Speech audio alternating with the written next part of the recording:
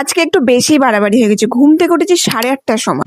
যেহেতু আজকে বাড়িতে নেই, সেজন্য বাজার যাওয়ার কেউ নেই, সেজন্য ওখানে মা নিয়ে নিয়েছিল মাছ, আর মাছ কাকু কিন্তু অনেক রকমের মাছ নিয়ে এসেছে। আমি করে নিলাম একটুখানি এক্সারসাইজ। তারপর আমি কি করছিলাম আমি জানি না। আজকে সকালের খাবারের জন্য মা 3 রকমের সিদ্ধ মাখিয়েছে, আর আমার তো সেদ্ধ ভাত খেতে ভালোই লাগে। মায়ের এখানে সকাল সকাল কিন্তু জামা কাপড় কাচা হয়ে গেছে, বাট আমার এখনো কাজ হয়। তো চল এখন ওঠা যাক, কাজগুলো করে নিই। কাজ বলতে এখন ঘর মোছাটাই বাকি আছে, বাদবাকি কাজগুলো কিন্তু হয়ে গেছে খাওয়া দাওয়ার আগে। মায়ের কাজগুলো আজকে বাবাকেই করতে হতো। স্নান করে নিয়েছি, জল খেয়ে নিয়েছি, চল এখন স্কিন কেয়ার করে নিই। আজকাল আমি প্রপার স্কিন কেয়ার করি না বলতে পারি। স্কিন হেলদি রাখার জন্য কিন্তু প্রপার স্কিন কেয়ার দরকার। টোনার, ময়েশ্চারাইজার, সানস্ক্রিন এটা ডেইলি কিন্তু ইউজ করা উচিত, তার সঙ্গে লিপ বাম। দেখো ভোলে বাবাকে কি ভালো লাগছে। তো পুজো কমপ্লিট হয়ে গেছে, এখন ছিল দুপুরে লাঞ্চটা করে নিয়ে। দুপুরে লাঞ্চে খুব সিম্পল খাবার দাবার ছিল আজকে। একটু গাজর আর একটা আপেল খেয়ে নিলাম। আর দেখে বুঝতে পারছো কোথায় এসেছি, দর্জি কাকিমার বাড়িতে। সন্ধ্যেবেলা একটু কাজ ছিল কাকিমার বাড়িতে। অনেকদিন হলো ফুচকা খাইনি, তো ভাবলাম বাড়ি আসার পথে ফুচকা নিয়ে যাই। বাড়িতে এসে ফুচকা খেয়ে নিয়েছি, তারপর ভাবলাম রাত্রিবেলায় কিছু খাবো না, সেজন্য অল্প কয়েকটা রুটি ভেজেছি। রাত্রেবেলায় কিছু খাবো না ভাবলাম, তো আবার রাত্রিবেলা চটপটা করে আলু মাখা মাখিয়ে খেয়ে নিলাম ভাত। আজকে আমি সারাদিনে 3 বার ভাত খেলাম।